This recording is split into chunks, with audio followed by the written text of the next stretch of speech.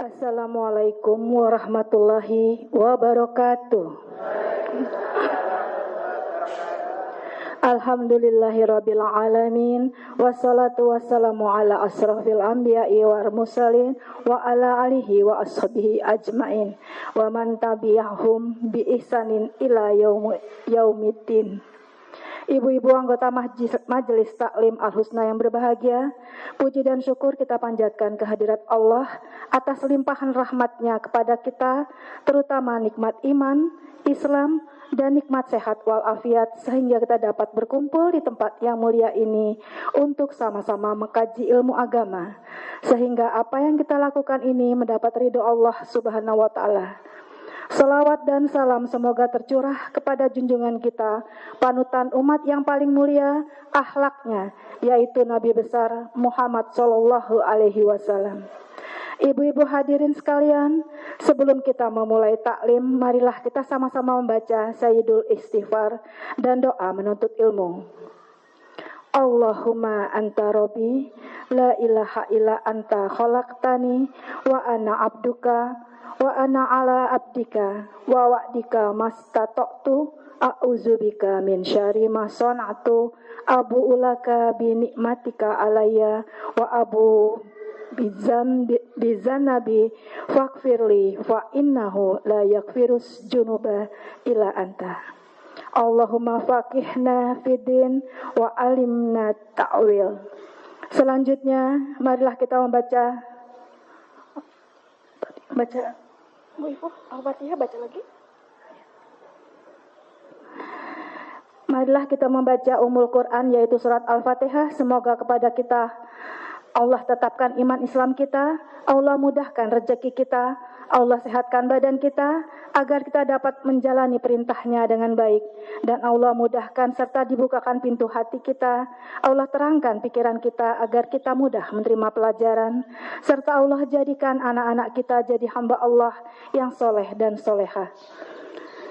Ala hadiniyah wa kuliniyatin solihah wa ila hadratin nabi. Al-Fatihah. A'udzu billahi minasyaitonir rajim. Bismillahirrahmanirrahim. Alhamdulillahirabbil alamin. Arrahmanirrahim. Maliki yaumiddin. Iyyaka na'budu wa iyyaka nasta'in. Ihdinas shiratal mustaqim. Shiratal ladzina an'amta 'alaihim ghairil maghdubi 'alaihim waladdallin. Amin. Alhamdulillah, guru kita Ustadz Farid sudah berada di tengah-tengah kita. Untuk itu acara ini kami serahkan kepada beliau.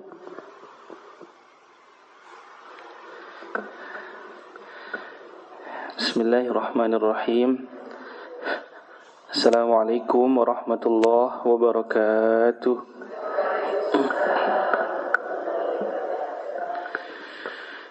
Alhamdulillah, wassalatu wassalamu ala rasulillah.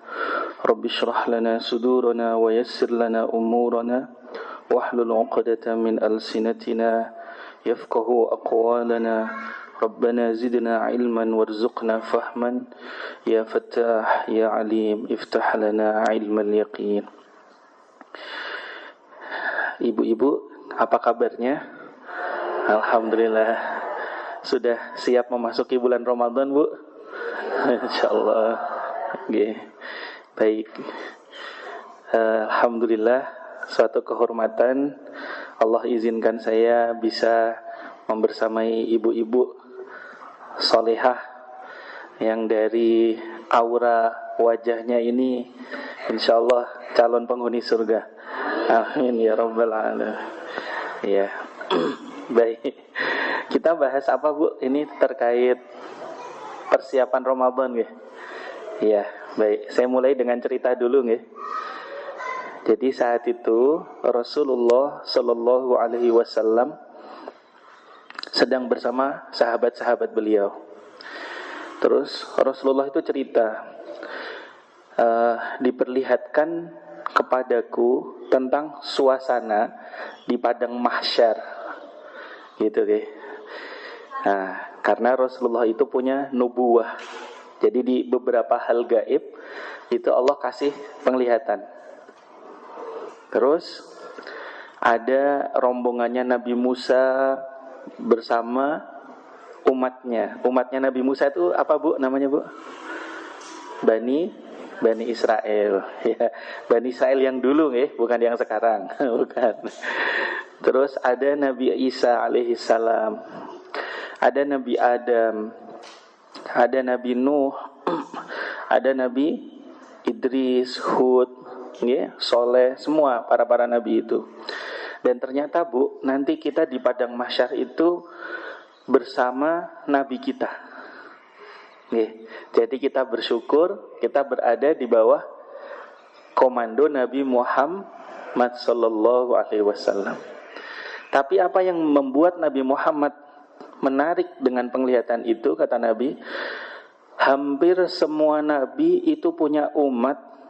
Kalau bahasa kita sekarang punya followers, subscriber, ada. Tapi hanya ada satu nabi, dia seorang diri di barisan. Sahabat kepo ya, bahasanya kepo. Loh, ada nabi yang begitu? Ada. Emang ada nabi nggak punya follower sama sekali gitu kan? Ada. Saya diperlihatkan seperti itu. Nah, siapakah beliau? Nah, ini yang nanti akan memotivasi kita di bulan Ramadan.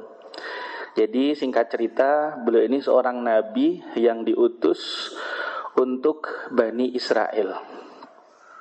Beliau lahir di Gaza, Bu, yang hari ini banyak konflik, Gaza. Kalau orang Jawa bilang otot kawat balung wesi. Ya, beliau nggak pernah terkalahkan dalam peperangan. Punya rambutnya itu kayaknya ibu-ibu nggak ada yang mengalahkan. Kenapa? Rambutnya hampir semata kaki beliau. Panjang. Panjang sekali, Bu. Rambutnya panjang sekali.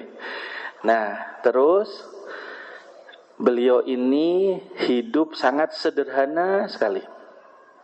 Nah, inilah mengapa isu yang namanya kepemimpinan dari dulu itu selalu masalah duit yang dipermasalahkan.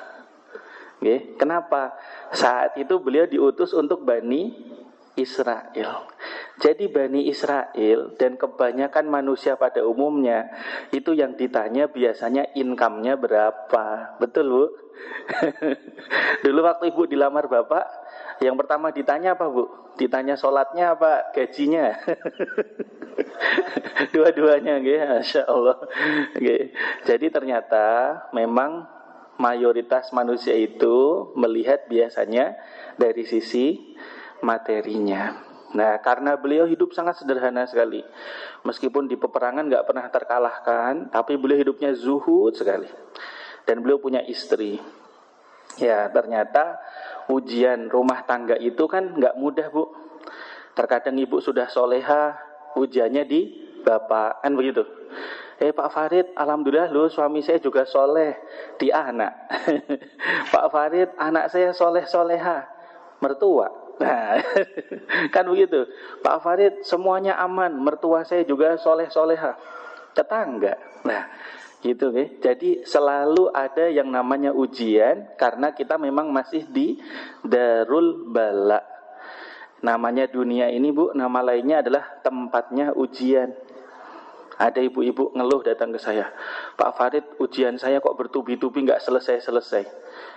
Kapan selesai? Nanti, Bu, kalau sudah diumumkan innalillah wa inna ilaihi roji'un, insya Allah sudah selesai. Jadi kalau ibu hari ini dapat musibah, ada ujian, siapa, Bu, di sini yang gak ada ujian? Gak ada. Berarti bersyukur karena ibu berarti masih dikasih nafas. Alhamdulillah. Ya, ujian dari Nabi ini ternyata di istri beliau. Karena hidup dalam kesederhanaan, lama-lama kok ya pengen tetangga tasnya branded. Misal saya absen nih, yang merek Palu ada, Bu, di sini? Tasnya merek Palu. merek Hammer, Hanger. Ada lagi yang merek Tom. Gucci.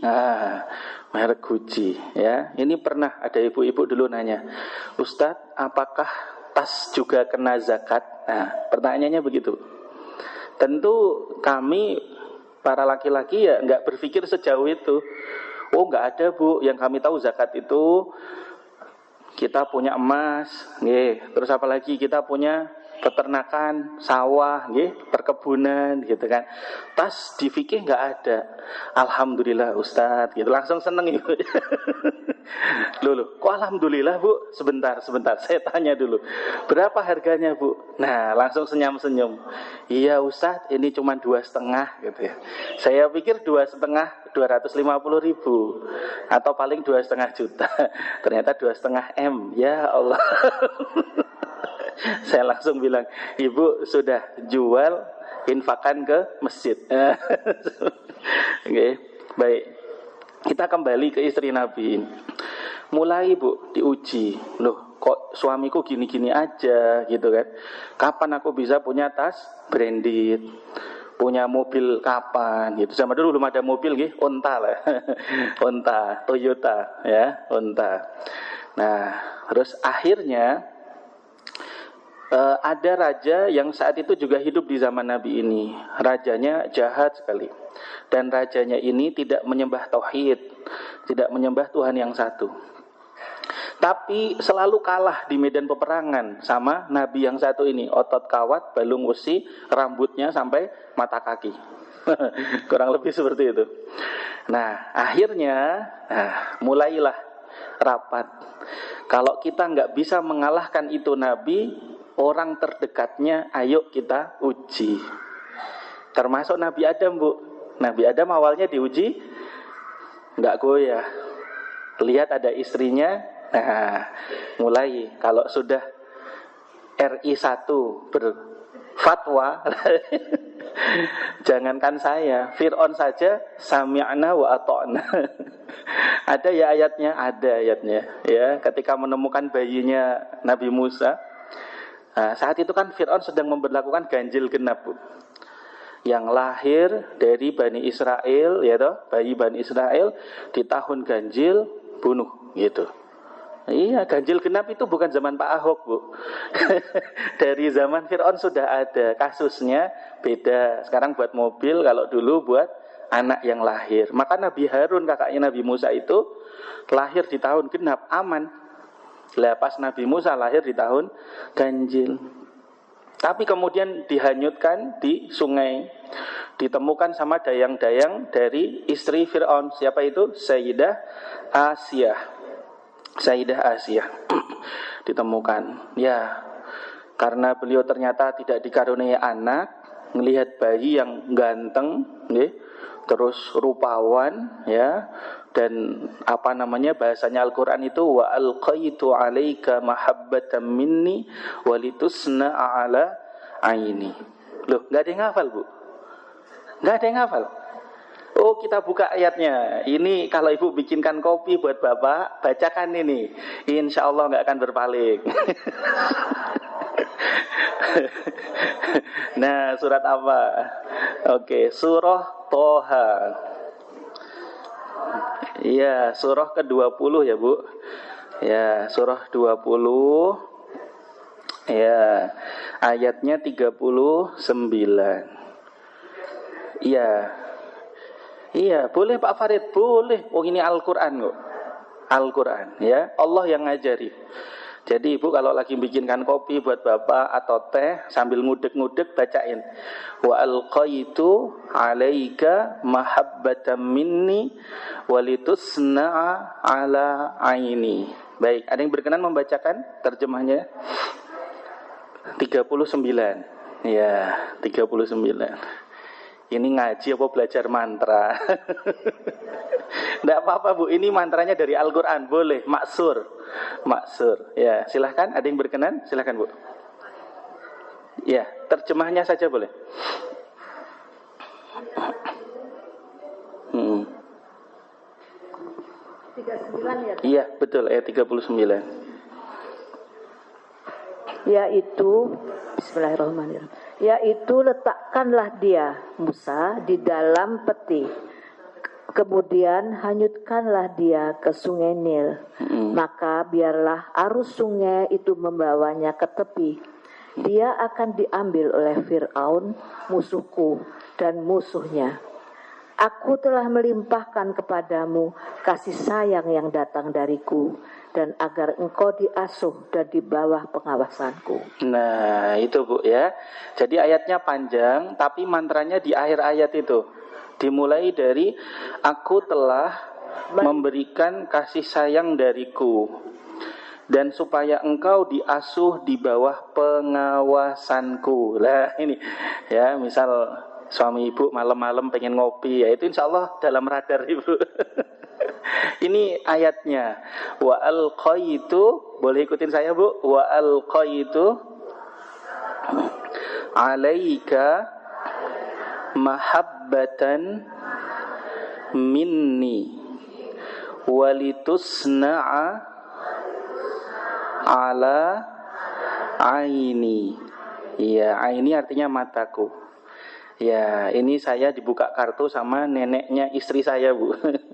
Jadi dulu waktu saya datang untuk ta'aruf ya, ternyata nenek saya itu seneng karena cucunya mau dilamar sama santri gitu ya.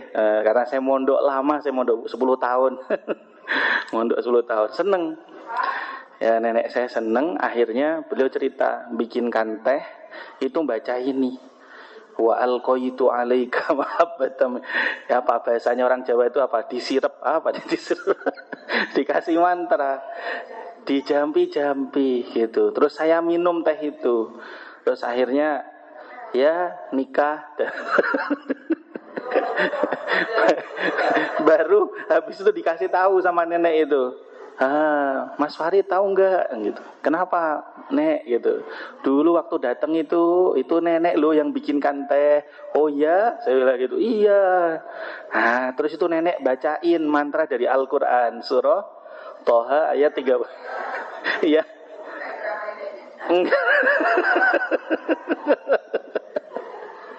Enggak. Ya. Jadi Bu, mantra ini yang membacakan langsung Allah.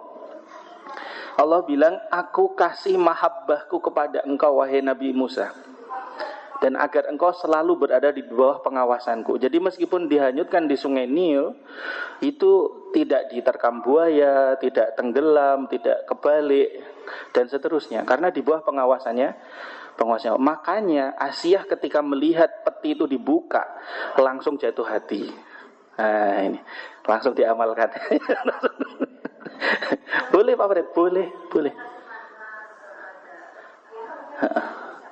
Kalau di ayat ini Allah, ya Allah. Jadi Allah bilang wa alqaitu alaika mahabbatan minni walitusna'a ala aini.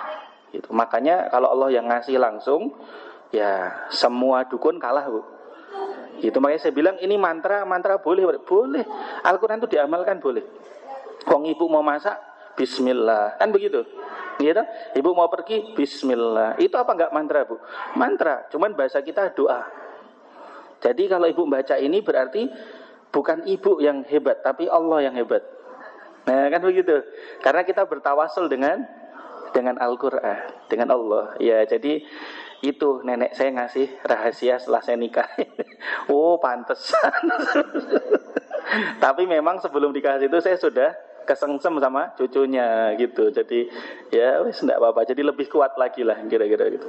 Tapi ini boleh dipraktekkan kepada karena hari ini banyak kan Bu pelakor itu godaan. Ada jamaah datang ke saya, Ustaz suami saya gitu. Ternyata kena ya begitu Bu. Pakai dukun. Ininya yang mau rebut itu pakai dukun. Terus nanti tanda-tandanya apa? Mulai itu suaminya sholatnya berat. Ya, jadi kalau ibu lihat tanda-tanda suami kok tiba-tiba jadi malas sholat gitu kan, Jumatan kok nggak jalan, misalkan gitu. Hati-hati, jangan-jangan kena mantra. Ya, maka penting doa istri yang solehah itu penting. Ya, suami ibu mau berangkat kerja disuwuk dulu Bu. Kalau bahasa orang Jawa itu disuwuk dulu. Boleh. Ya.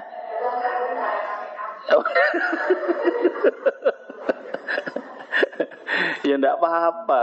Kan ibu kan mengalahkan Romeo dan Juliet. Iya, enggak apa-apa, enggak masalah, Bu. Iya. Iya, kita sangat salut kalau ada kakek nenek ya, tapi masih mesra. Masya Allah itu. Iya, saya kalau kemarin itu umroh itu tugas, terus ada kakek nenek, mesra sekali. Yang satu usia 80, yang istrinya itu 75.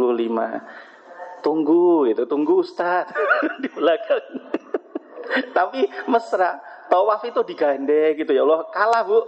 Kita yang muda-muda ini kalah gitu. Ya. Baik, kita lanjut lagi kembali ke cerita tadi. Jadi urusan nurut sama RI 1, ya, jangankan saya, jangankan suami ibu, Fir'aun saja nurut. Karena ketika Asyah melihat, jatuh hati sama bayinya Nabi Musa ini, terus bilang ke Fir'aun, "Mas, jangan dibunuh loh," gitu. "Awas, siap." Langsung gitu. Sendiko dawuh, siap itu. Jadi Fir'aun langsung, ya pokoknya kalau sudah istri yang berfatwa, nurut gitu. Ibu itu Masya Allah punya kekuatan, the power of emak-emak. Iya, saya sama anak sudah mengagendakan, ayah besok kita ke taman safari. Oke, ACC oke, voting sudah. Anak pertama oke, anak kedua oke, anak ketiga belum paham ya toh? Ya oke lah. Tiba-tiba istri saya bilang, enggak, aku maunya ke Tanah Abang. Wah, Shadaqallah.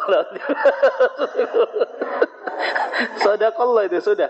Shadaqallahul azim wa shadaqa Rasuluhul Karim. Iya. Iya Bu, karena memang perempuan itu keramat. Iya, gimana enggak keramat? Al-jannah tahta aqdamil ummahat. Surga itu di bawah telapak kaki ibu. Iya. Orang mau bahagia, kuncinya satu, hormati ibunya. Sudah. Rasulullah yang pesan itu. Siapa Rasul? Ibumu, gitu. Siapa lagi? Ibumu. Siapa lagi? Sampai 3 kali. Baru yang keempat, ayahmu. Nah, maksudnya apa itu? Bukan ibunya 3, bukan. Ada 3 fungsi di perempuan yang tidak bisa. Ya, itu maksudnya, jangan disalah tafsirkan. Kata Rasulullah ini dimotivasi ibunya harus 3, Ustaz. Bukan. Ya, ada 3 fungsi yang tidak bisa dimiliki laki-laki. Apa itu? Mengandung, melahirkan, menyusui. Masya Allah. Jadi ada sahabat yang doanya sangat mustajab tembus langit. Siapa itu Bu namanya? Dari Yaman. Uwais Al-Qarni. Ya. Emaknya ini lumpuh. Masya Allah, qadarullah lumpuh. Emak pengen naik haji. Pengen naik haji. Ubur-ubur ikan lele. Emak pengen naik haji kira-kira gitu ya. Terus akhirnya dia bedah itu tabungan, ternyata mampu untuk membelikan anak sapi, pedet kalau bahasa Jermannya Bu, anak sapi. Terus setelah dibeli itu dipakai untuk naik turun bukit. Tetangganya mulai curiga, jangan-jangan Uwais Al-Qarni ini sudah mulai kehilangan kewarasannya. Kok beli anak sapi cuman untuk diangkat naik turun bukit? Ternyata apa Bu? Ngejim, ngelatih kekuatan tangannya. Karena setiap hari anak sapi ini kan bertumbuh. Dia ngukur, iki nanti seberapa kuat tanganku gendong ibuku. Masya Allah. Sampai kira-kira 1 bulan, 2 bulan, udah mulai nggak kuat lagi, dijual untuk bekal. Digendong emaknya dari Yaman ke Mekah. Nggak ada onta, nggak ada kuda Bu. Benar-benar digendong, Masya Allah. Begitu rangkaian haji selesai Bu, digendong itu dari, ya ibu yang sudah haji kebayanglah haji kayak apa? Arafah, terus Mina, Musdalifah, digendong, tawaf, sa'i. Selesai semua rangkaian, Rasulullah sudah wafat. Maka dicari sahabat Nabi yang paling didoakan Nabi paling pinter ta'wil dan tafsirnya. Allahumma faqihhu fid din wa 'allimhu ta'wil. Siapa itu, Bu? Ibnu Abbas. Ibu kalau ke Taif ziarah ke makamnya, gitu, sambil beli delima. Biasanya itu makamnya di Taif. Nanya itu, wahai Ibnu Abbas, apakah kebaktianku dari Yaman gendong ibuku sampai rangkaian haji selesai sudah setara, sudah sebanding, ya, untuk birrul walidain? Jawabannya Ibnu Abbas apa, Bu?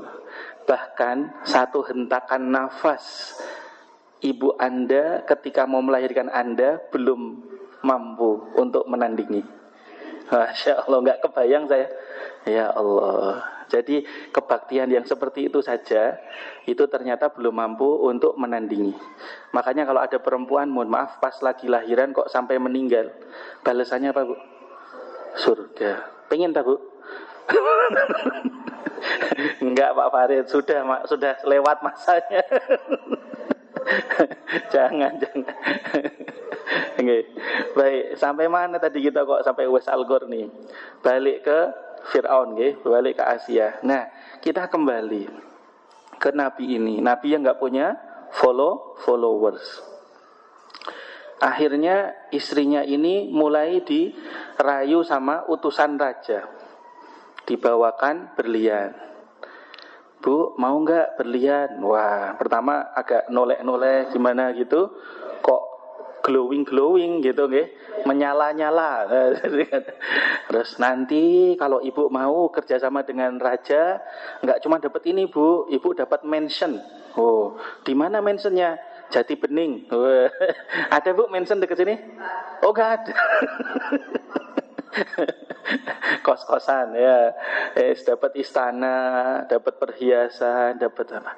Nah, akhirnya istrinya nggak sabar dengan godaan. Oh, apa itu? Apa yang bisa saya bantu untuk saya bisa mendapatkan itu? Nah, akhirnya mulai, tolong cari kelemahan suami Anda, gitu. Karena di peperangan kami nggak pernah bisa kalah. Padahal di riwayat itu, Bu, beliau itu senjatanya hanya tulang rahang unta. Jadi kecil sekali. Enggak yang pedang samurai besar gitu, mboten. Tulang rahang unta. Gitu, buat mukul, buat apa, itu enggak pernah terkalahkan atas kuasanya Allah Subhanahu wa taala. Nah, akhirnya pas malam hari suami tercinta lagi tidur, dirantai. Dirantai sama istri ini. Bangun tidur, Bu, siapa yang ngerantai aku? Gitu. Namanya Nabi, nggih, Bu, sabar-sabar. Makanya Ibu kalau punya suami sabar, ini jangan-jangan keturunan Nabi. Ya kan, kita semua keturunan Nabi Adam, Bu, gitu. Minimal kalau nggak Nabi Muhammad, Nabi Adam, ya. Sabar. Istrinya jawab, aku wahai suamiku. Loh, kenapa? Enggak, cuman mau ngetes, kan jenengan itu kuat banget, enggak pernah terkalahkan. Bisa enggak buka itu rantai?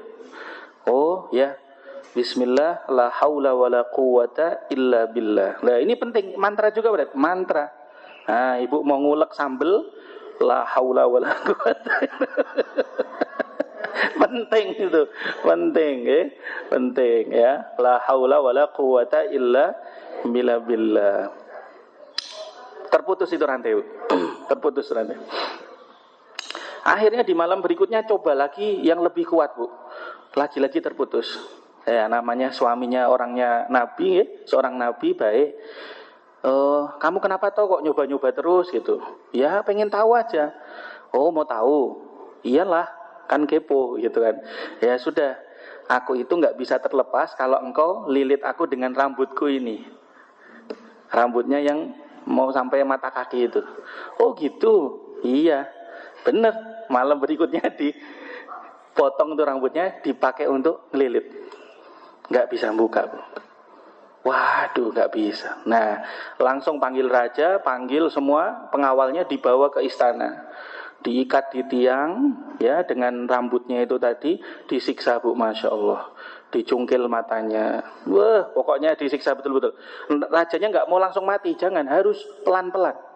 Harus pelan-pelan. Saya sudah mati berapa pasukan saya berhadapan sama ini Nabi gitu. Disiksa pelan-pelan tangannya, kakinya. Di saat kondisi sangat kritis itu, Allah kirim malaikat Jibril. Malaikat Jibril datang, wahai Nabi Allah, ada salam dari Allah. Anda pengen apa? Gitu. Sama kayak Nabi Ibrahim, Bu, ketika mau dilempar dalam api itu sama, datengin. Tapi Nabi Ibrahim itu emang luar biasa, Masya Allah. Ditawarin begitu tuh nolak. Nabi, gimana? Mau saya bantu? Enggak. Saya yakin betul Tuhan saya yang langsung nolongin, bukan Anda. Jadi tawaran malaikat Jibril ditolak sama Nabi Ibrahim. Makanya hasbunallah wa ni'mal wakil, ni'mal maula wa ni'man nasir. Itu Nabi Ibrahim itu. Pas masuk ke dalam api itu. Pede, saking pedenya. Anda ini cuman suruhannya, asistennya malaikat. Saya yakin betul bos Anda, Tuhan kita, itu yang langsung nolong saya. Nah itu. Jadi ditolak tawarannya malaikat Jibril. Padahal yang ngutus Allah juga. Nah akhirnya Nabi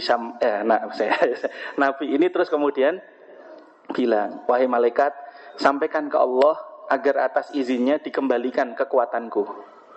Nah, oh ya baik. Akhirnya suruh baca itu tadi, Bu. Bismillah la haula wala quwwata illa billahil aliyil azim. Langsung terputus itu ikatan dari rambutnya. Tiang di istana itu ikut jatuh, istana itu roboh, semuanya mati. Kecuali itu Nabi, istrinya ikut mati, rajanya ikut mati, semua yang ada di situ mati kecuali dia sendiri. Makanya nanti di akhir padang mahsyar nggak punya followers, umatnya mati, mati semua. Begitu kebangun sendirian, ini Nabi. Akhirnya nyesel. Ya Allah, saya kan nggak berharap begini. Saya cuma berharap terlepas. Ternyata kekuatannya itu luar biasa dahsyat. Dengan teriakannya itu la haula wala quwata illa billah, istana dan isinya itu semuanya jatuh, roboh, mati. Akhirnya bertobat, nyesel.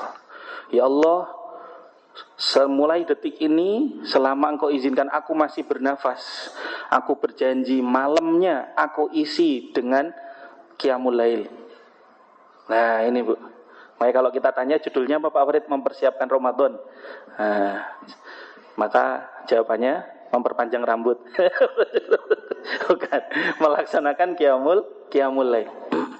Ya Allah, tidak hanya itu, di sisa nyawaku malamnya aku isi dengan qiyamul lail. Suntuk, Bu, suntuk. Jadi benar-benar kita kan taraweh baru bentar sudah gitu nggih. Terkadang witir ikut nanti tahu bablas. Ini benar-benar satu malam itu dihabiskan untuk sujud, sholat sama Allah. Terus siangnya, ya Allah, saya berjanji akan saya isi dengan berjihad di jalanmu, menumpas kebatilan. Jadi beliau keliling dunia ini, setiap menemu kebatilan beliau hancurkan. Jihad, bayangkan. Tiap hari jihad dalam kondisi berpuasa. Masya Allah. Mana, Bu? Malamnya diisi dengan qiyamul lail.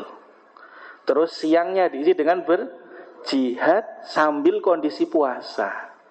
Lah begitu itu sahabat Nabi kasih cerita begitu, yuk pada penasaran. Terus berapa lama itu Nabi? Berapa lama itu? Pertanyaannya begitu. Nah itu ternyata dikasih usia dari sejak itu sampai diwafatkan itu kurang lebih 83 tahun. 83, Bu, kalau dikaliin 12, jatuhnya berapa, Bu? Monggo, nggak ada kalkulator. Biasanya cepet nih Ibu kalau masalah hitungan. 83 dikali 12. Berapa, Bu? 996. Lah, kalau kita genapkan itu setara dengan 1000 bulan. Oke. Makanya kalau kita buka, mari kita buka surah Al-Qadr. Surah Al-Qadr ya. Surah Al-Qadr itu surah ke-97. Ya. Surah 97 ayatnya dari ayat pertama sampai ayat ketiga, Bu. Monggo, ada yang berkenan membaca terjemahnya saja. Ayat 1 sampai ayat 3. Nggih. Monggo. Dah, sebentar. Sesungguhnya kami telah menurunkan Al-Quran pada malam Qadar. Dan tahukah kamu apakah malam kemuliaan itu? Malam kemuliaan itu lebih baik daripada 1000 bulan. Ya. Jadi sejarah sabab nuzul ayat ini Bu, kalau Ibu cek di kitab tafsir, itu berkaitan dengan Nabi tadi. Ada yang tahu nama nabinya? Nabi Syam'un Al-Ghazi. Al-Ghazi dari kata Gaza. Beliau lahir di Gaza, sama seperti Imam Syafi'i. Namanya Syam'un. Tapi orang barat sulit menyebutnya jadi Samson. Iya, itu sejarahnya. Orang Betawi jadi Samson Betawi. Samson. Sekarang jadi merek Mik, ada merek namanya Samson, ada juga. Itu Bu. Itu sejarahnya. Nabi Syam'un Al-Ghazi. Nanti Ibu kalau nggak percaya di Padang Mahsyar cari Bu. Minta tanda tangan beliau. Nabi Syam'un Al-Ghazi. Maka Ibu kebayang boten. Sekarang gini, kalau Ibu sedang di tanah haram. Al-Ghazi dari kata Gaza. Ghazi. Syam'un yang dari Gaza. Iya, dari Gaza. Maka sampai sekarang itu pertempuran. Karena memang darah pahlawan di sana itu, Bu. Nggak mau nyerah kan? Orang-orang Gaza itu kan nggak mau nyerah. Iya betul. Iya, filmnya itu. Yang kita kenal, ya, yang kita kenal itu Delaila. Tapi saya nggak tahu dalam versi bahasa Arabnya apa namanya itu. Ya, Nabi Syam'un Al-Ghazi. Ibu kalau sedang di tanah haram, misal Ibu umroh atau Ibu haji, itu rasanya gimana Bu? Seneng buatan Bu? Seneng kan? Lupa Ibu ya, lupa semuanya. Pokoknya ke masjid ya kan, dikit-dikit lagi masjid lagi gitu. Di sini bangun tahajud sulit, di sana mudah gitu. Ke masjid itu rasanya ringan, padahal hotelnya jauh. Hotelnya jauh. Bayangkan Bu, sahabat itu hitung-hitungan langsung, ambil kalkulator Mercasio. Ya. Berapa Nabi? 83 tahun. Loh, hampir 1000 bulan. Bayangkan Bu, ada orang 1000 bulan diisi tahajud tiap malam, puasa tiap hari, dan berjihad di jalannya Allah. Kira-kira dapat surga apa itu Bu? Lah, kalau dibandingkan sama kita gimana ini? Kira-kira begitu. Akhirnya sahabat pada jealous, cemburu. Nabi, mbok doa sama Allah biar kami juga dikasih usia begitu, kekuatannya juga begitu, kira-kira begitu, ya, gitu. Terus akhirnya nggak lama dari situ turunlah surah Al-Qadr ini, ya, bentuk kasih sayangnya Allah bahwasanya untuk umatnya Nabi Muhammad sallallahu alaihi wasallam tidak perlu seperti Nabi Syam'un Al-Ghazi. Dia cukup berburu saja di bulan Ramadan. Ya, maka mohon maaf yang 10 hari terakhir hobinya tawaf di mall, Tanah Abang. Ya, kalau bisa dituntaskan di Sya'ban ini. Selesaikan dulu. Selesaikan. Ketupat segala macam sudah order dari sekarang. Nggih. Karena ini kalau sudah 10 hari terakhir justru malah pada hijrah. Lah ya kan, hijrah. Ini di Indonesia itu unik memang ya. Hanya Indonesia yang punya. Saya tahun lalu itikaf tuh Bu di Mekah. Masya Allah. Keluar dari piringan Ka'bah ke hotel 1,5 jam Bu. Jalan dari piringan Ka'bah sampai ke hotel 1,5 jam. Selesai tarawih itu. Masya Allah. Gitu. Jadi semangat sekali. Terus saya lihat orang-orang dari Mesir, dari Pakistan, malah nggak nginep di hotel. Mereka benar-benar nginep di masjid. Masya Allah. Nggak bergeser. Paling cuman waktunya ke kamar mandi, temennya suruh jagain, dia kamar mandi, balik lagi. Itu Masya Allah. Gitu. Nah, jadi Bapak, ibu-ibu yang dirahmati Allah, ya, saat ini kita sudah masuk bulan Sya'ban, gitu. Rasulullah itu pernah bersabda begini, Rajab itu syahrullah, Rajab itu bulannya Allah. Oke.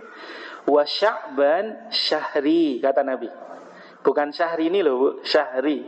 Syahri. Oke. Sya'ban itu bulanku. Jadi Sya'ban ini bulannya Nabi Muhammad. Kenapa, Bu? Sya'ban bulannya Nabi Muhammad, Bu? Ada yang tahu? Nah, Ibu familiar dengan ayat ini? Innallaha wa malaikatahu yusalluna 'alan nabi ya ayyuhalladzina amanu sallu 'alaihi wa sallimu taslima. Itu diturunkan sama Allah di bulan Sya'ban. Maka Sayyidah Aisyah itu pernah suatu malam kebangun ngecek Kanjeng Nabi nggak ada di samping beliau. Padahal itu malam jatah bersama beliau. Loh, kemana ini? Miswa tercinta. Miswa tercinta kok nggak ada. Jangan-jangan ke kamarnya Hafsah. Wah, sidak ke kamarnya Hafsah. Ayo, di mana? Cari. Apa sih? Mana? Rasulullah mana? Enggak ada di sini. Pasti diumpetin. Enggak ada. Coba cek aja. Cek lemarinya, kasur. Enggak ada semua. Cari ke istri yang lain lagi. Saudah. Mana? Enggak ada.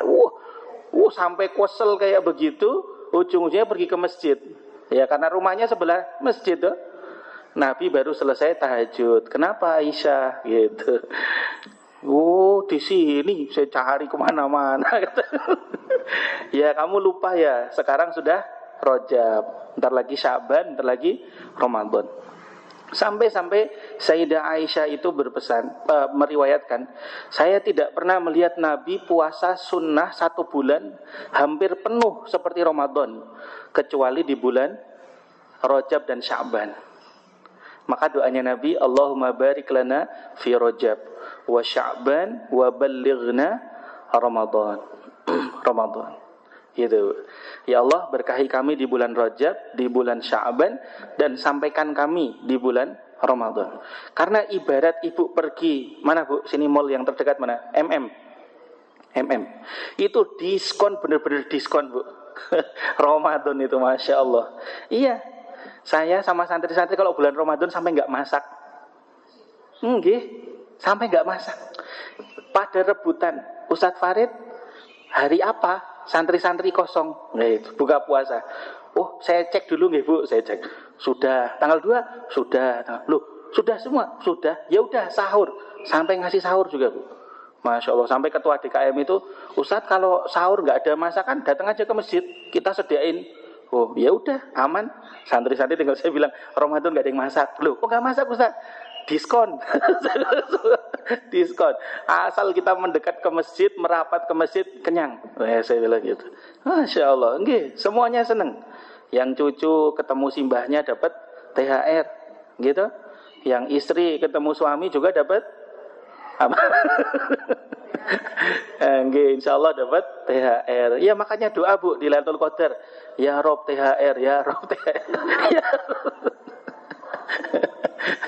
Nggak apa-apa, sah-sah saja, boleh Bu? Boleh, nggak apa-apa, boleh, itu boleh-boleh saja. Karena Rabbana atina fid dunya hasanah wa fil akhirati hasanah wa qina adzab. Ibu lihat strukturnya. Yang pertama diminta itu dunia dulu apa akhirat dulu? Dunia. Loh iya, Rabbana atina lo fid dunya dulu, baru yang kedua wa fil akhirati. Lah itu. Jadi enggak apa-apa Pak Farid. Saya materi boleh? Boleh, kata Pak Farid boleh. Dalilnya doa tadi. Dalilnya minta dicukupi dulu di dunia, terus di akhirat, baru jauhkan dari siksa api neraka. Maka doa, insya Allah Bu, kalau ibu doanya tulus, rezeki suami ibu itu berbanding lurus dengan mujahadahnya ibu. Ibu rajin sholat duha. Duhanya kok cuma 2 Pak Farid? Ya, dapatnya kandang jago.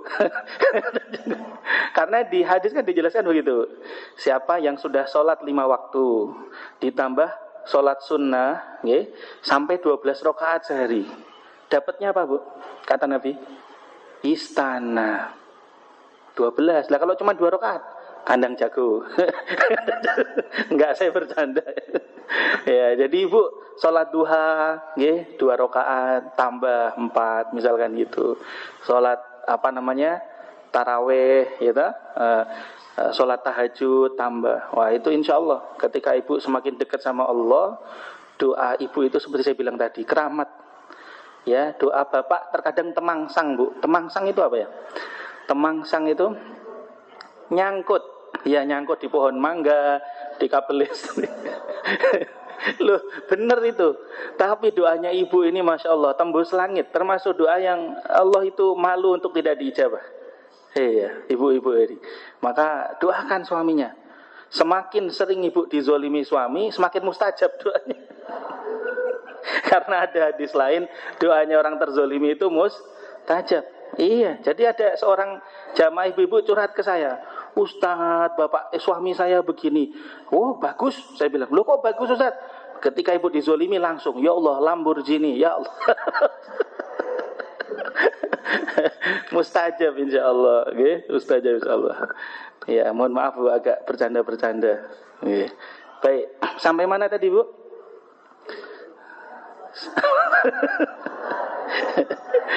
Okay. Ya, jadi Nabi Muhammad itu dari bulan Rajab sudah curi start. Makanya ada yang mengistilahkan begini Bu, ulama-ulama kita. Rajab itu ibarat syahruz zar'i. Apa itu? Bulannya kita menanam. Ibu mau nanam apa Bu di pekarangan rumah? Cabai misal. Nggih. Ibu tanam itu biji-bijiannya. Sya'ban itu ibarat syahrus saqi. Saqo yasqi itu artinya mengaliri, mengairi. Ya, ibu tadi nanam terus sekarang diairi, dikasih kompos, pupuk dan seterusnya. Lah Ramadan itu namanya syahrul hasdi. Itu namanya bulan memetik. Iya, maka kalau ibu nggak ada yang ditanam, nggak ada yang diairi, ya apa yang mau dipetik? Iya, karena nggak mudah Bu. Ibu aja kalau mau senam, ada tuh Bu senam di sini Bu? Ada stretchingnya bukan? Ada, tiba-tiba datang di pertengahan, keram semua Bu.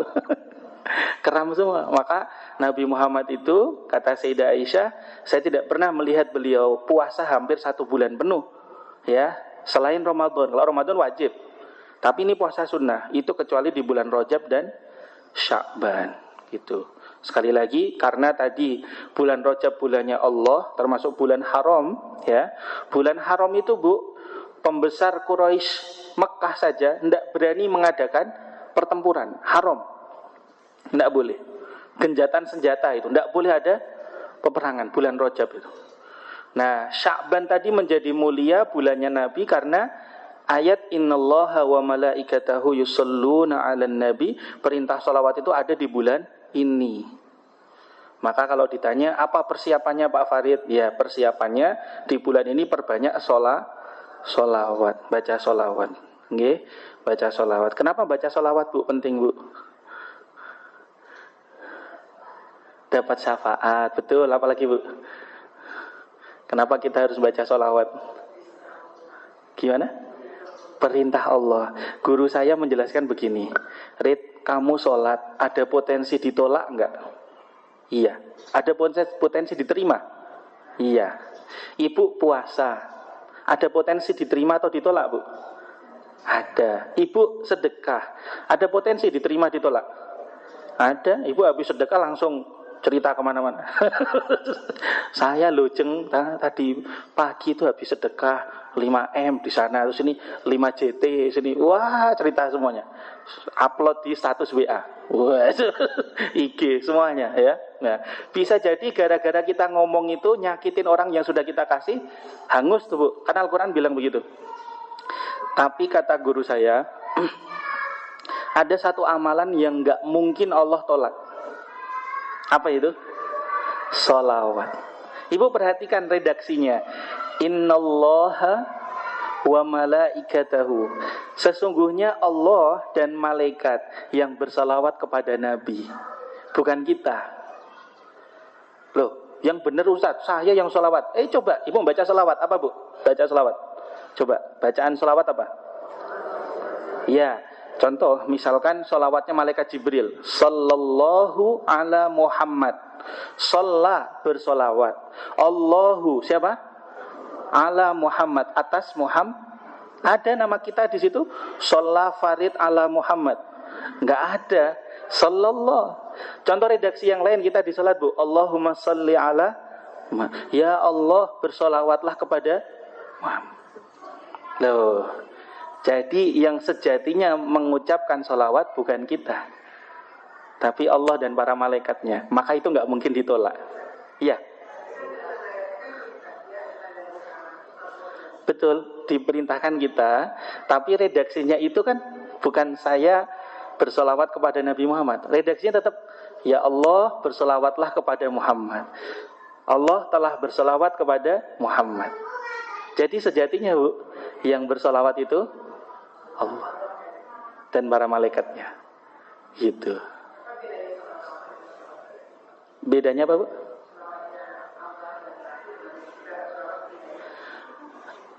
Sebenarnya gini, Bu. Apa ya bahasanya? Bukan di masalah Allah sama kitanya. Redaksi sholawatnya itu nggak ada subjeknya kita. Ibu perhatikan, sholawat yang diajarkan malaikat Jibril, Sallallahu ala Muhammad. Sholla artinya bersolawat. Itu menggunakan past tense, bentuk past tense, fi'il madhi. Telah bersolawat. Siapa? Allahu. Subjeknya siapa, Bu? Allah. Atas siapa? Ala. Atas Muhammad. Muhammad. Atas Muhammad. Saya mau nanya, ada muncul kata malaikat Jibril di situ, Bu? Nggak ada. Terus contoh yang lain.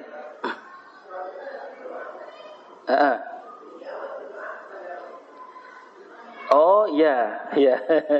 Ada 3, Bu. Ada 3 itu. Apa namanya? Yang waktu saya belajar tauhid itu beda. Jadi ada sholawatnya malaikat kepada Rasulullah, gitu kan? Ada apa namanya Allah. Nah itu berbeda. Jadi kalau yang malaikat itu semacam kayak doa.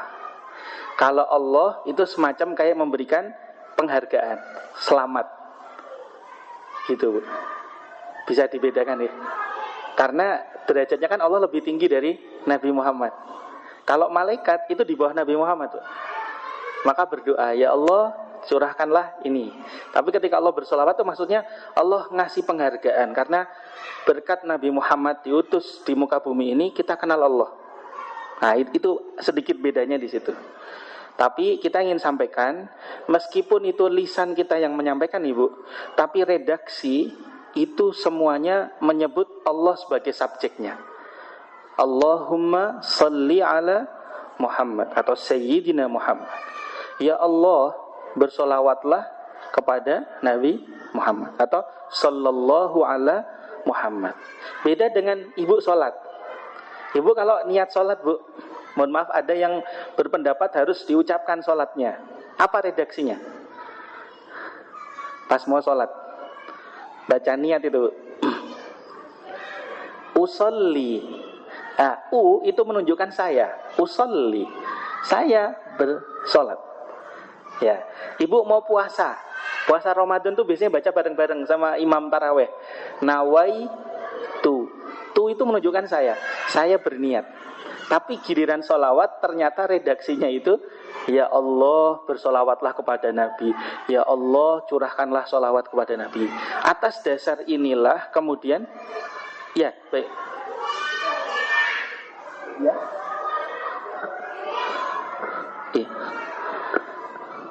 Oh ya, jadi baik. Kalau kita belajar bahasa Arab, Ibu,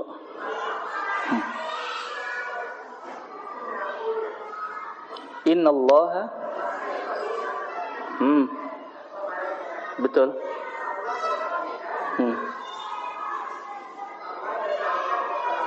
Kepada Iya.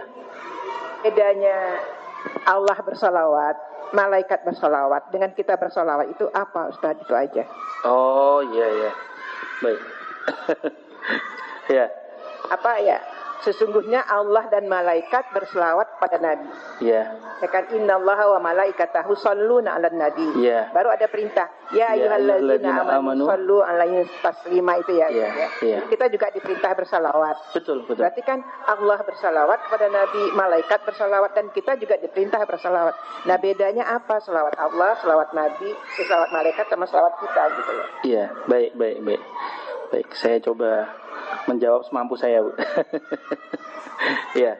Kita buka ayatnya biar kita sama-sama ini. Itu surah Al-Ahzab ya, Bu. Iya. Surah Al-Ahzab itu surah ke 33. Ya, ayatnya 56. Ayatnya 56. Ya, ada yang berkenan membacakan terjemahnya?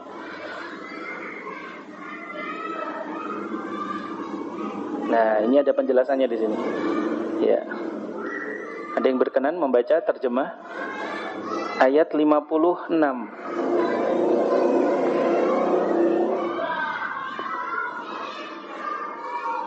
Sesungguhnya Allah dan para malaikatnya bersalawat untuk Nabi. Wahai orang-orang yang beriman, bersalawatlah kamu untuk Nabi dan ucapkanlah salam dengan penuh penghormatan kepadanya. Iya, baik. Nah, di mushaf saya ini ada terjemahnya, Bu. Semoga menjawab pertanyaan Ibu. Saya ulang ya. Ayat 56 surah ke-33. Sesungguhnya Allah dan para malaikatnya bersolawat untuk Nabi Muhammad sallallahu alaihi wasallam. Nah, ini ada penjelasan di sini. Yakni bahwa Allah Subhanahu wa taala melimpahkan rahmat dan aneka anugerah untuk Nabi Muhammad. Yang saya bilang tadi, Allah memberikan penghargaan. Karena derajatnya Allah ini pencipta Nabi Muhammad. Jadi bukan Allah mengagungkan Nabi Muhammad, tidak seperti itu. Tapi seorang bos memberikan THR, ngasih uang bonus, nggih. Apalagi Bu, voucher belanja, misalkan itu wisata, umroh, kira-kira seperti itu, Bu.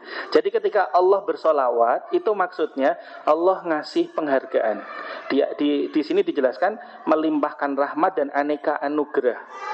Kemudian, dan malaikat bermohon kiranya dipertinggi lagi derajat beliau. Ini maksudnya, Bu. Jadi ketika malaikat bersolawat, maksudnya apa? Ya Allah, sebenarnya manusia ini itu lebih rendah dari malaikat, gitu. Grade-nya itu kan kita punya dosa, malaikat enggak. Tapi karena Nabi Muhammad ini tolong angkat lagi derajatnya. Ini maksudnya sholawatnya para malaikat. Nah, kemudian baru dan dicurahkan kepadanya ampunan. Nah, ternyata malaikat selain meminta tinggi derajatnya untuk Nabi Muhammad, dimintakan ampunan untuk Nabi Muhammad. Okay. Nah, baru wahai orang-orang yang beriman, bersolawatlah kamu untuknya dan bersalamlah, yakni ucapkanlah salam penghormatan yang sempurna. Nah, karena kita levelnya di bawah Allah, di bawah malaikat, kita paling rendah kan, Bu. Nah, apa maksudnya kita bersolawat itu? Dimaksud di sini adalah mengucapkan salam penghormatan yang sempurna untuk Nabi. Karena gara-gara Nabi kita jadi kenal pencipta kita. Nah, betul. Tapi terlepas dari semua tadi grade-nya, redaksi solawat itu tidak ada kata sayanya. Menggunakan redaksi Allahumma salli ala Sayyidina Muhammad. Beda dengan ibu mau sholat, usolli fardhu zuhri arba'a rakaat. Asal bilang usolli, itu artinya saya. Kalau nusolli, kami. Ya kan? Iyyaka na'budu wa iyyaka nasta'in. Nah, itu menunjukkan kami. Tapi kalau itu artinya saya. Nah, sementara di sholawat ini kita nggak bilang usolli ala Sayyidina Muhammad, enggak. Kita tetap bilang Allahumma sholli ala Sayyidina Muhammad atau sallallahu ala Muhammad. Nah, saya juga baru ngeh itu, Bu. Ketika saya ngaji sama guru, terus kemudian guru saya menjelaskan, sholat kita bisa jadi diterima, bisa jadi ditolak. Puasa kita bisa jadi diterima, bisa jadi ditolak. Sedekah kita bisa diterima, bisa ditolak. Tapi ada satu amalan yang gak mungkin Allah tolak. Kepo saya, Apa itu Ustadz? Sholawat. Hah? Kok bisa? Saya gitu. Harusnya sholat bisa diterima, bisa ditolak, sholawat juga. Kamu lihat redaksinya. Redaksinya itu yang bersolawat sebenarnya Allah dan malaikatnya, bukan kita. Jadi ibarat kita ini Bu, hanya talang. Cuman masalahnya tidak semua dipilih untuk menjadi talang. Jadi ketika ada orang kok lisannya mudah bersolawat, itu berarti tanda Allah dan para malaikatnya juga cinta sama ibu. Rasulullah juga. Gitu ya. Jadi mohon maaf, ada orang yang bilang, kok Pak kok belum sholat? Ya, sayanya lagi males. Pak kok enggak puasa? Ya, sayanya lagi males. Mohon maaf, kalimat itu dirubah. Bukan sayanya lagi malas. Allah enggak terima Anda sujud kepadanya. Saya belajar itu dari guru saya. Saya enggak puasa. Bukan bapaknya. Allahnya enggak mau Anda termasuk golongan yang puasa. Kenapa? Sama ketika Fir'aun mau tenggelam. Ya, itu kan diabadikan, Bu. Ya, kita buka ayatnya juz 11. Juz 11. Surahnya surah Yunus kalau nggak salah, ya sebentar, ayatnya ya surah Yunus juz 10, tapi maaf juz 11 maaf, surah 10 juz 11 ya al-ana ya ayatnya ayat 90. Surah 10 ayat 90. Ya. Silahkan, ada yang berkenan membacakan terjemahnya? Ya. Ayat 90 ya? Iya. Dan kami selamatkan Bani Israel melintasi laut, kemudian Fir'aun dan bala tentara yang mengikuti mereka untuk menzalimi dan menindas mereka. Sehingga ketika Fir'aun hampir tenggelam, dia berkata, aku percaya bahwa tidak ada Tuhan melainkan Tuhan yang dipercayai oleh Bani Israel. Dan aku termasuk orang-orang muslim berserah diri. Loh, jadi Fir'aun itu di akhir hayatnya juga tobat. Di akhir hayatnya tobat itu Fir'aun itu. Jadi udah mulai di tengah laut itu terbelah kan, terus tiba-tiba air udah mulai masuk lagi. Itu Fir'aun langsung syahadat itu, aman tuh, saya beriman kepada Tuhannya yang diimani oleh Bani Israel. Siapa? Allah. Tapi ibu tahu siapa yang menggagalkan tobat itu? Malaikat Jibril. Malaikat Jibril. Kita lihat coba ayat 91-nya.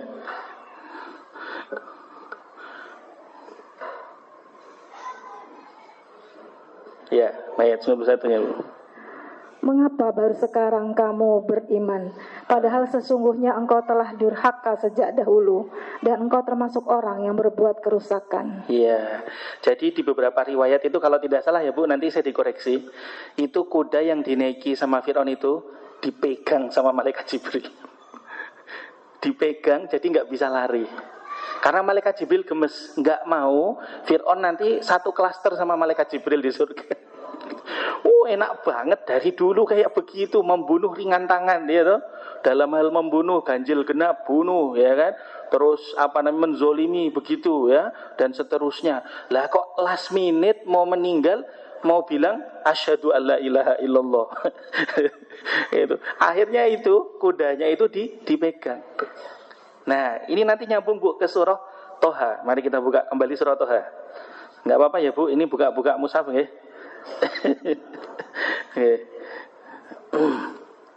Surah Toha, surah ke-20.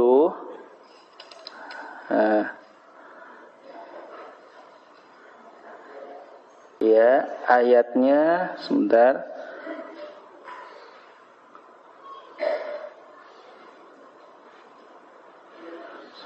Sebentar Bu, ayatnya 95, 96.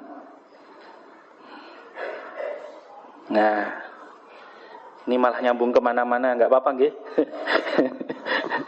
Ada yang mau baca? Ya, silakan. 96. Dia Musa berkata, apakah yang mendorongmu berbuat demikian wahai Samiri? Dan Samiri menjawab, aku mengetahui sesuatu yang tidak mereka ketahui.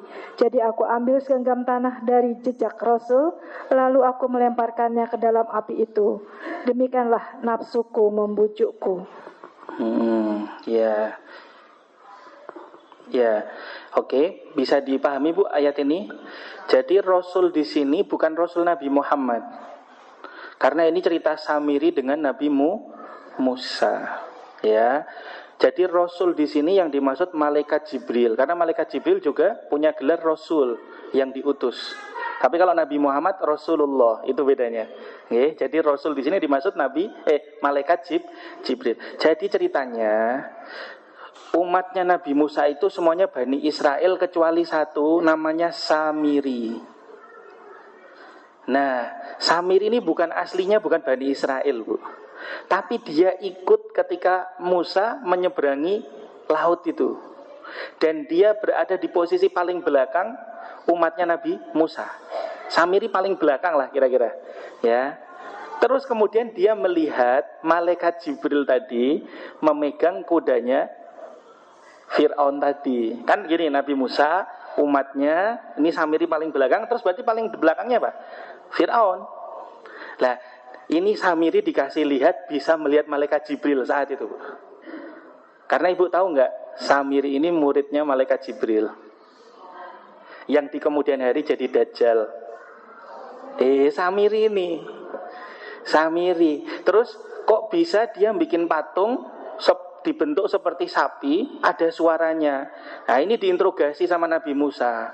Samiri, kamu habis kejadian kita Fir'aun ditenggelamkan, terus kita sudah ditempatkan di tempat yang nyaman, aku dipanggil sama Allah ke Bukit Tursina selama 40 hari 40 malam untuk ngaji kitab Taurat. Kok begitu pulang umatku kembali ke menyembah berhala. Kata saudaraku Harun, kamu provokatornya. Kurang lebih begitu. Akhirnya dia bilang, wahai Nabi, bukan begitu. Jadi waktu kejadian itu loh, last minute Fir'aun mau itu dia sudah sempat tobat. Allah itu sudah mau menerima. Tapi malaikat Jibril gemes, enggak bisa jadi tetangga yo, enggak bisa jadi bestie gue di surga, enggak mau saya gitulah. Jadi kudanya itu ditahan. Kudanya Fir'aun ini ditahan sama malaikat Jibril. Nah, bekas nahannya itu kan ada tanah pasir di bawah laut. Itu kena kakinya Jibril. Jibril ini kan sosok yang mulia, Bu. Nah, pasirnya itu dilihat sama Samiri. Loh, guruku rek datang ke sini. Ya, makanya Dajjal itu keren. Yang ngajar itu Jibril. Maka dia datang ke tempat. Misal jadi bening. 5 tahun gak ada hujan. Mau apa, Bu? Hujan. Turun hujan. Karena dia kekuatannya setengah malaikat. Samiri ini. Maka Ibu lihat nama-nama Dajjal itu ada yang bilang namanya Samiri. Ya ini, Samiri ini. Ya. Uncle Sam. Ya. Nah, terus dia bilang, "Lah, pas kejadian itu saya kan di paling belakang Nabi. Paling belakang saya Fir'aun. Tuh saya lihat kudanya Fir'aun itu ditahan sama malaikat Jibril biar enggak ikut di barisan kita. Karena kalau ikut ke barisan kita selamat. Karena sudah bilang ini, Allah itu kan Maha Rahman Maha Rahim, Bu. Sangat Maha Rahman Maha Rahim Allah itu. Ya, bahwasanya orang begitu bergelimang dengan dosa, selama mau taubat Allah akan ampuni. Ayatnya bilang gitu di juz 24 itu. Tapi Jibril ini kayak nggak terima. Untuk ini nggak bisa pengecualian, ditahan itu kudanya. Ayo, lah melihat ini napak ya Jibril ini ke tanah itu, tanah yang ada di laut itu, dilihat sama Samiri. Wah, ini pasti tanahnya jadi keren. Karena Ibu yang udah pernah ke Masjid Aqsa, Bu, ada yang sudah pernah ke Masjid Aqsa, Ibu tahu batu yang pengen ikut naik sama Nabi, domnya itu. Ya, itu kan ada. Jadi waktu itu Nabi ngikat buruknya di situ. Di Masjidil Aqsa itu. Terus kemudian waktunya mau Mi'raj ya, itu tanah yang jadi pancikan Nabi itu ikut terbang. Malaikat Jibril, stop, berhenti kamu di situ. Nah, sampai sekarang itu tanahnya ngangkat gitu. Dia bilang, ya Allah, saya pengen ikut Nabi, pengen saya ke surga. Gitu. Enggak bisa. Batasan kamu cuma sampai sini. Maka itu naik itunya, tanahnya. Lah ini ya dipijak sama Nabi. Diinjak sama Nabi sama buruk. Pokoknya kalau udah makhluk langit, Bu, wah sudah itu. Apalagi Jibril, pimpinannya para malaikat. Jadi Samiri melihat, loh, guru saya datang nahan itu kudanya Fir'aun. Bekas kakinya nginjek itu lumpur. Jadi itu sempat-sempatnya Samiri itu ngumpulin dulu itu pasir. Terus dia ikut ke barisan Nabi Musa, termasuk yang selamat ya. Nah, tapi kemudian bikin provokasi. Begitu Nabi Musa dipanggil ke Tursina, ya 40 hari 40 malam, dia bikin patung sapi. Tanah ini tadi dimasukkan ke dalam situ, sehingga ketika ada udara masuk ke dalam rongga, terus beroksidasi dengan tanah ini tadi, bekas injekan kaki Jibril, Rasul Jibril ini tadi mengeluarkan suara, sehingga Bani Israil percaya, oh ini Tuhan. Itu ceritanya, Bu. Gitu. Oke, jadi iya. Samiri nih yang di kemudian hari, kalau Ibu lihat lagi, kita baca tadi ayat surah Tohanya. Ayat 97-nya. Ini kita lihat kenapa dia kemudian jadi Dajjal. Ayat 97. Ya. Dia Musa berkata, "Pergilah kau, maka sesungguhnya di dalam kehidupan di dunia engkau hanya dapat mengatakan, janganlah menyentuh aku, dan engkau pasti mendapat hukuman yang telah dijanjikan di akhirat, yang tidak akan dapat engkau hindari. Dan lihatlah Tuhanmu itu yang engkau tetap menyembahnya, kami pasti akan membakarnya. Kemudian sungguh kami akan menghamburkannya, abunya ke dalam laut berserakan." Kenapa Nabi Musa nggak bunuh saat itu, Bu Samiri? Nabi Musa bilang, dikasih ilmu sama Allah, ya wis Samiri, saiki kamu minggato, pergi yo. Ya, karena apa? Kamu di dunia ini mendapatkan hukuman hanya bisa ngomong, nggak ada yang bisa nyentuh kamu, termasuk aku. Jadi diasingkan, Bu. Bayangkan, Bu. Kalau orang nikah suami istri sentuhan ya, Bu, sentuhan. Berarti nggak bisa nikah. Ya. Nah ini hukumannya seperti itu. Jadi Nabi Musa itu di riwayat yang saya baca itu sudah mau bunuh itu, Bu, karena tahu ini nanti yang bakal jadi Dajjal. Sayangnya Dajjal itu nggak ketemu Nabi Muhammad, karena Nabi Muhammad pernah bersabda, andai kan aku diizinkan ketemu Dajjal, aku langsung yang bunuh. Ternyata ditakdirkan Allah nggak ketemu sama Dajjal. Yang ketemu siapa? Sahabatnya Nabi. Ada sahabatnya Nabi yang naik kapal, tiba-tiba terdampar sebuah pulau. Pulaunya itu nggak berpenghuni, dia masuk ke dalam, ternyata Dajjal dirantai di situ. Terjadi dialog, apakah Nabi yang itu sudah diutus? Oh Muhammad, iya. Oh sudah. Berarti waktuku tinggal dikit lagi. Apakah bambu di pik 2 sudah dicabut? Segelnya dikit lagi. Iya sudah. Terus pertanyaan Dajjal apa berikutnya kepada sahabat? Sebentar, apakah jamaah subuh umatnya Muhammad sudah membludak? Oh belum, oh berarti masih lama. Ya itu hadisnya sahih. Jadi nanti kalau kita sudah jamaah subuhnya kuat, Bu, di mana-mana subuh, lah itu mulai nanti Dajjal keluar. Jadi Dajjal ini hidup dari zaman dulu. Makanya tidak ada nabi kecuali menjelaskan tentang Nabi Muhammad dan Dajjal. Nah ini ceritanya. Nah jadi Nabi Musa saat itu sudah getem-getem, Bu, sudah pengen bunuh ini Samiri ini bikin onar ini. Tapi kemudian Allah bilang, Musa bukan bagianmu. Siapa, Bu, nanti bagiannya? Nabi Isa alaihissalam. Makanya Nabi Isa itu belum diwafatkan, hanya diangkat.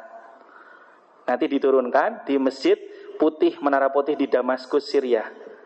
Nah, turun ke sana, nanti umat Islam di sana semua berperang gitu.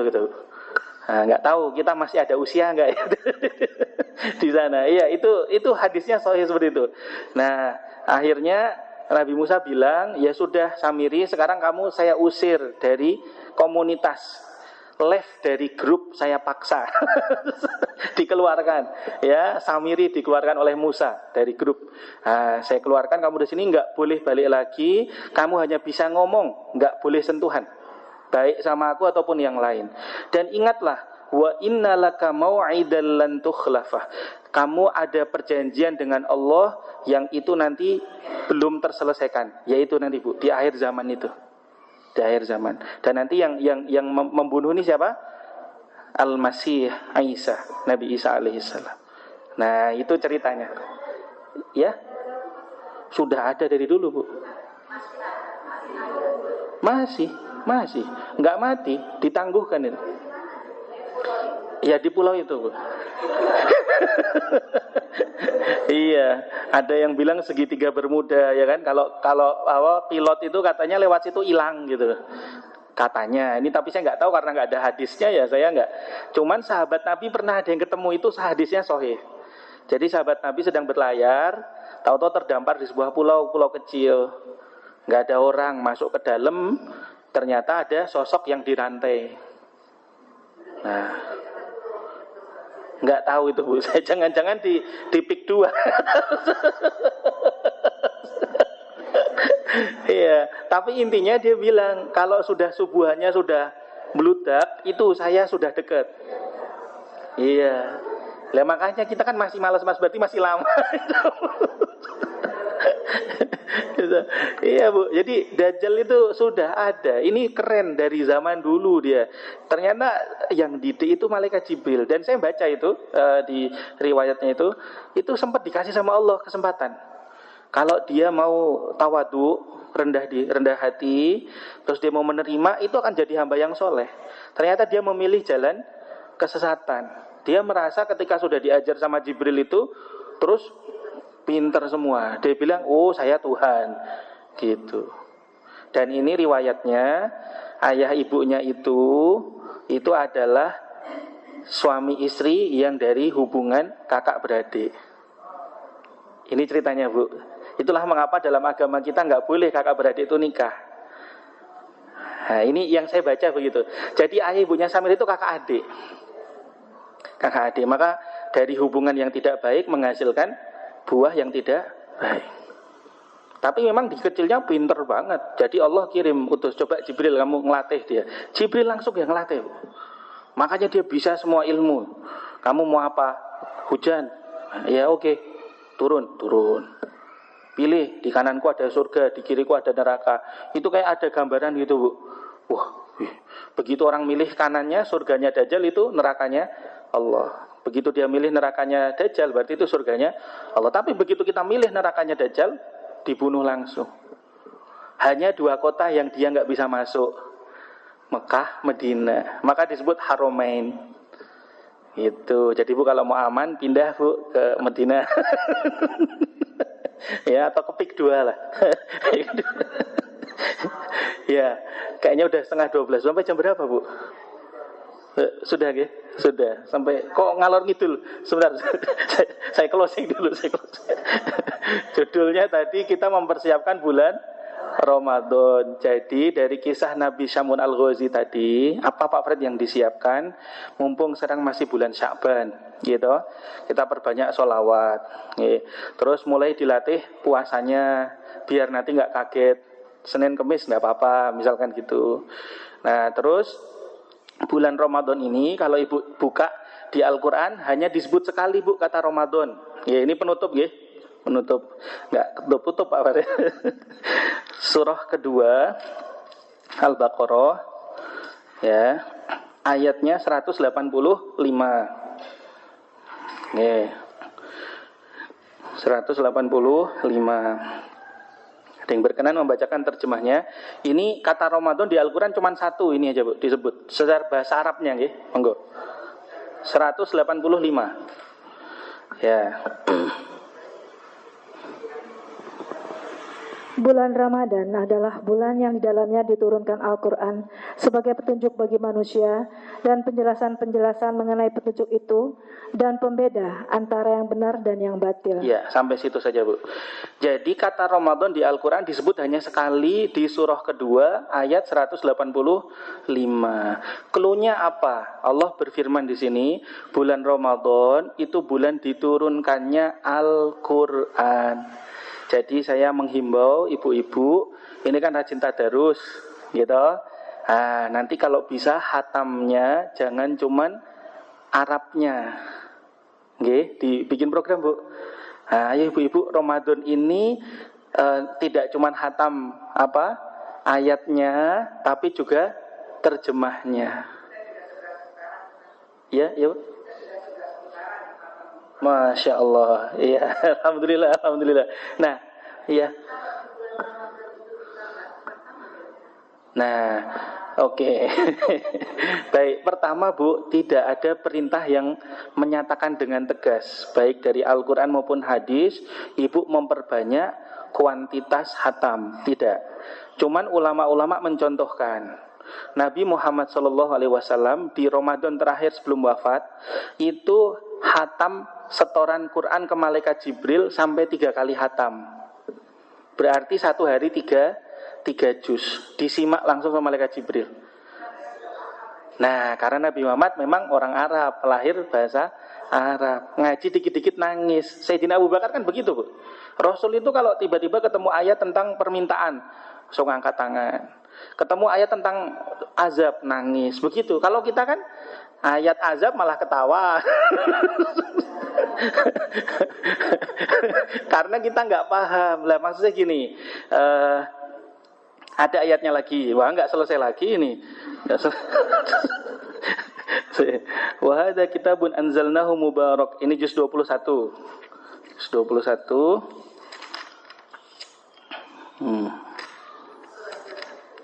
Sebentar Bu. Juz 21 saya cari dulu. Nggih.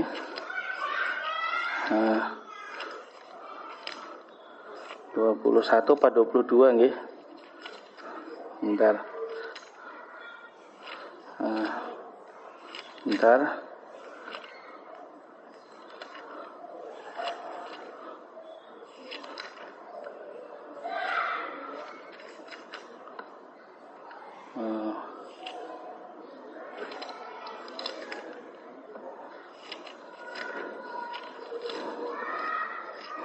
Wa hadha lidabru ayyatul wa habna li Daud Sulaiman ni'mal 'abdu innahu awwab.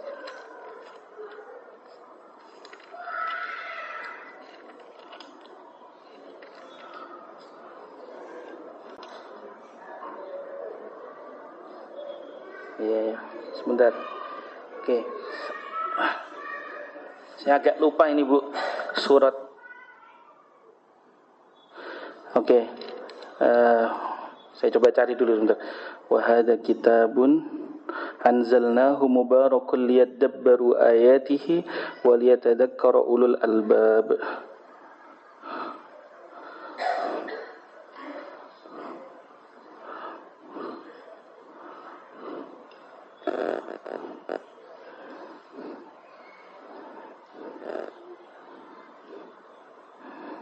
Wa hadza kitabun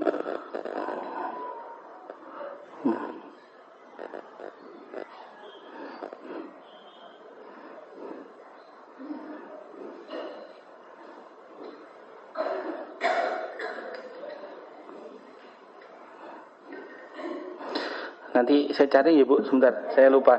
Jadi kesimpulannya begini Bu. Wa hadza kitab ini mubarak, membawa keberkahan, liyadabbaru ayatihi wa liyatadzakkara ulul albab. Quran ini Bu membawa keberkahan tidak hanya ketika Ibu hatam secara ayatnya saja, tapi ayatnya bilang liyadabbaru ayatihi, untuk Ibu mentadaburi makna yang ada di dalamnya dan mengambil pelajaran, orang-orang yang bisa mengambil pelajaran. Kayak yang kita lakukan ini tadi Bu. Oh, tadi kan Ibu baca sekilas apa itu samiri. Begitu dijelaskan, gitu dah. Nah, itu Bu. Jadi saya menghimbau kita tidak harus mengejar, Pak Fred saya hatam 10 kali selama Ramadan. Nabi aja cuma 3 kali. Ibu sok lebih keren dari Nabi.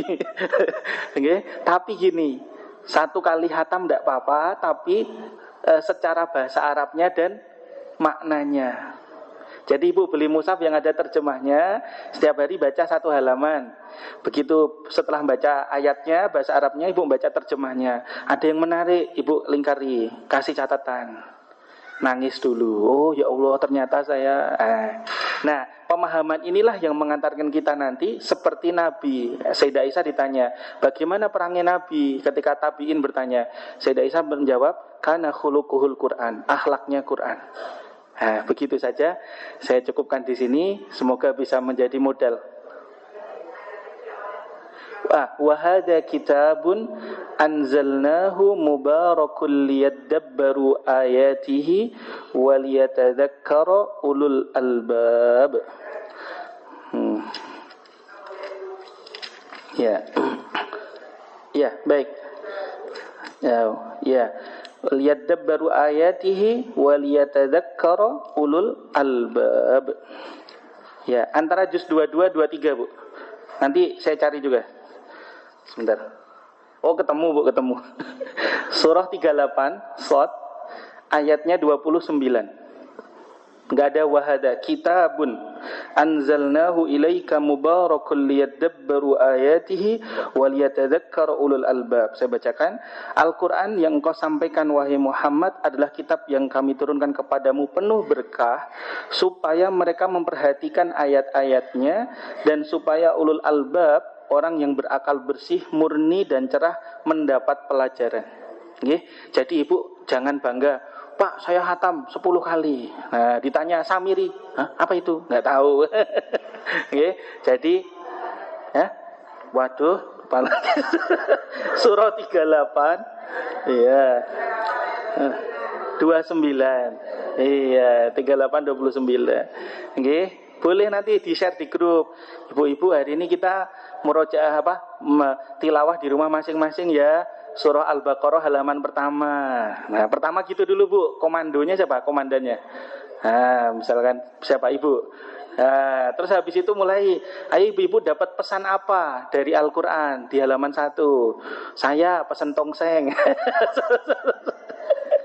Nggih, begitu nggih. Insya Allah kalau kita nggak buta makna, nah berikutnya sudah pinter tadi, Masya Allah yang ngajar tahsin tadi suaranya, tajwidnya. Nah itu terus kemudian nanti ibu paham maknanya, insya Allah mengamalkan. Nah kalau ibu sudah mengamalkan itu maka dapat Lailatul Qadar itu. Iya, karena Lailatul Qadar itu kenapa jadi mulia, Bu? Qur'annya turun. Ramadan ini bukan bulan mulia, tapi menjadi keren karena Quran di situ.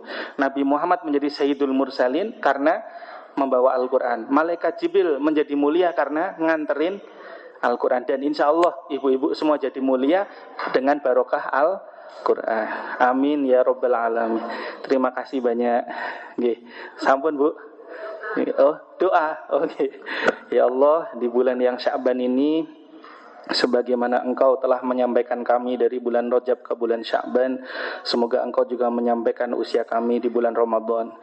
Ya Allah, berikanlah hidayah-Mu, ilmu-Mu kepada kami semua, bukakanlah untuk kami bersiap diri menyambut keutamaan bulan Ramadan, ya Allah. Ya Allah, anugerahilah kami malam Lailatul Qadar, malam yang akan merubah hidup kami dari kegelapan menuju cahaya yang terang benderang, ya Allah. Ya Allah, berkahilah keluarga kami, suami-suami kami, istri-istri kami, anak-anak kami, teman-teman kami semuanya, ya Allah, dalam naungan Al-Quran, ya Allah. Ya Allah, dekatkanlah kami kepada Al-Quran, mudahkanlah lisan kami untuk membacanya, bukakanlah pintu hati kami dan akal pikiran kami untuk memahami dan menyelami maknanya, dan mudahkanlah langkah kaki kami dan anggota tubuh kami, lisan kami untuk mengamalkannya dalam kehidupan sehari-hari. Allah, jadikanlah negara Indonesia ini dan negara-negara yang lain berada dalam keberkahan Al-Quran dan keberkahan yang Engkau limpahkan, ya Allah. Ya Allah, mudahkanlah kami untuk senantiasa mendekat dan sujud kepadamu. Ala hadhihi niyyah wa ala kulli niyyah salihah. Al-Fatihah.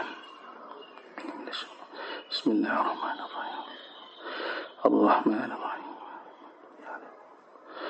Rabbana atina fid dunya hasanah wa fil akhirati hasanah wa qina adzaban nar. Walhamdulillahi rabbil alamin. Kita tutup dengan hamdalah. Alhamdulillahi rabbil alamin. Subhanakallahumma wa bihamdika asyhadu an la ilaha illa anta astaghfiruka wa atubu ilaik. Wassalamualaikum warahmatullahi wabarakatuh.